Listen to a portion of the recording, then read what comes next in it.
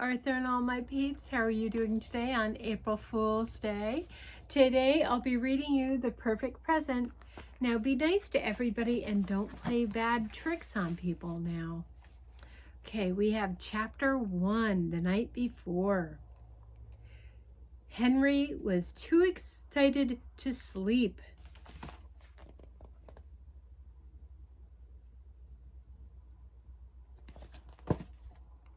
It says the enormous book of incredibly interesting things has a big book down there. He was thinking about the enormous pile of birthday presents waiting for him downstairs and trying to guess what Spot was going to give him. He was guessing in alphabetical order and was currently at tea. Is it a trip for two to Timbuktu? No. How about a totem pole? No. A trampoline? No.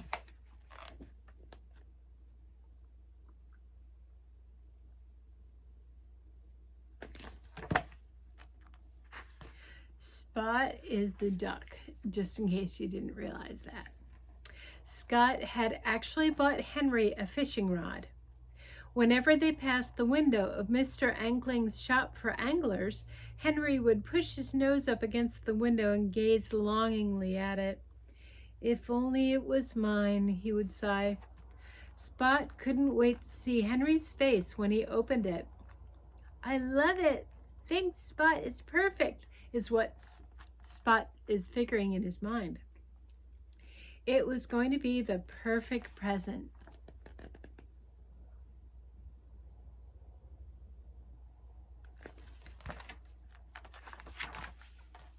Chapter 2, The Surprise. Morning came and Spot and Henry raced downstairs. Henry ripped open all of his presents from his mom and his dad, from his sister Olivia, and his uncles and aunts and cousins. Wow, he did have a lot of presents.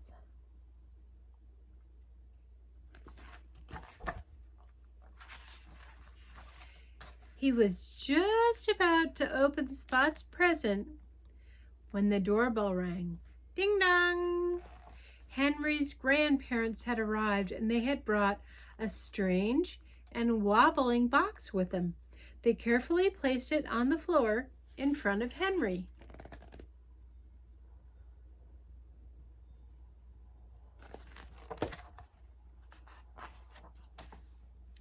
There was a sudden and loud woof, an outburst. A dog, yelled Henry, with a waggy tail and a soft wet nose and a warm furry tongue. He's perfect. Henry ran straight to the garden to teach the dog some fantastic new tricks.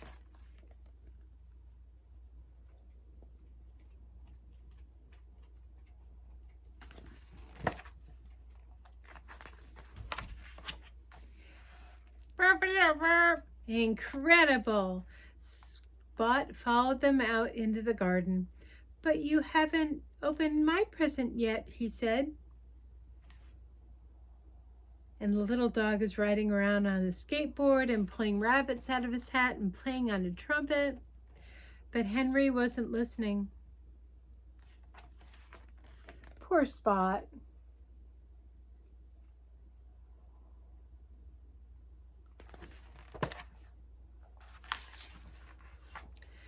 Spot was miserable. Henry's always wanted a dog, and now he has one, he thought. I might as well not be here. So he left him a note to say goodbye and quietly packed his things with a tear in his eye. It was dark outside and had started to rain. He shut the door softly behind him and set off on a long journey back to his old house.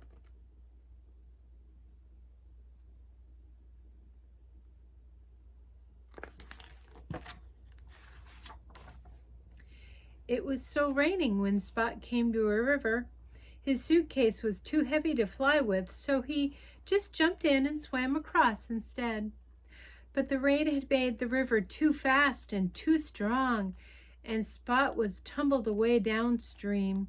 He desperately grabbed at the branches of a tree as the river swept him past, then clambered unsteadily to the top.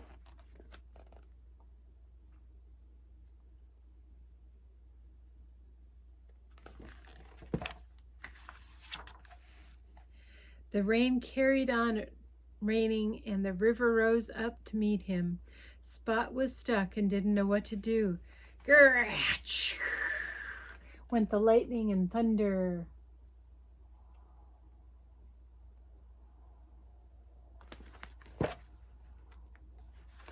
Poor Spot. Chapter 3, The Rescue. Meanwhile, back at the house. Huh? Oh, Spot! Oh no! Spot had almost given up hope when he suddenly heard shouting in the distance, and his heart jumped. Henry had come to find him. But then he heard barking too, and his heart sank. The dog was with him. There was a flash of light, and the dog came slowly sniffing over the hill.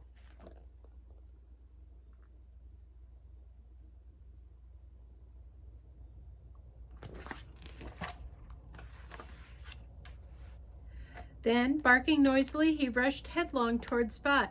"Wait!" Henry shouted, but it was too late. With a single bound, the dog jumped into the river and immediately sank like a stone.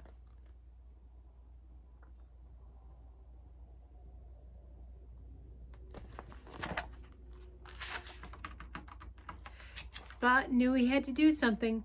He dove straight in after the dog and caught him by the collar just in time. But now they were both in trouble. Spot was too tired and the dog was too heavy, and they both began to sink. From somewhere up above them there came a strange plop, and Spot felt a sharp tug at his neck. That's a big fish, isn't it?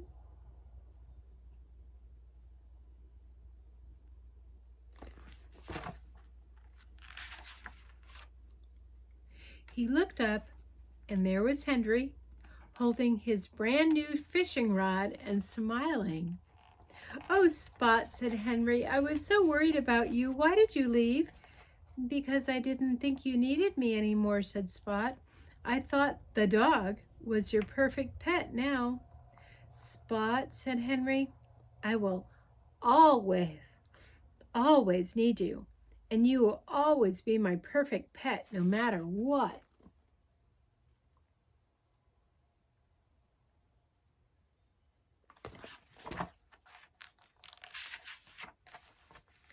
"But perhaps," he said, "the dog can be our perfect pet too? I would never have found you without him." Spot looked curiously at the dog. "I've never had a pet before," he said.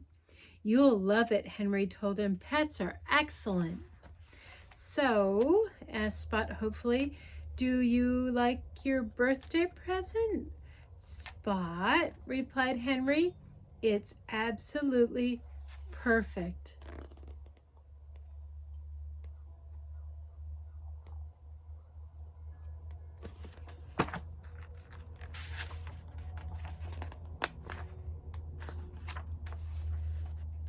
And there's the end. Hope you enjoyed it. Have a wonderful day. Love you all. Bye. See you tomorrow.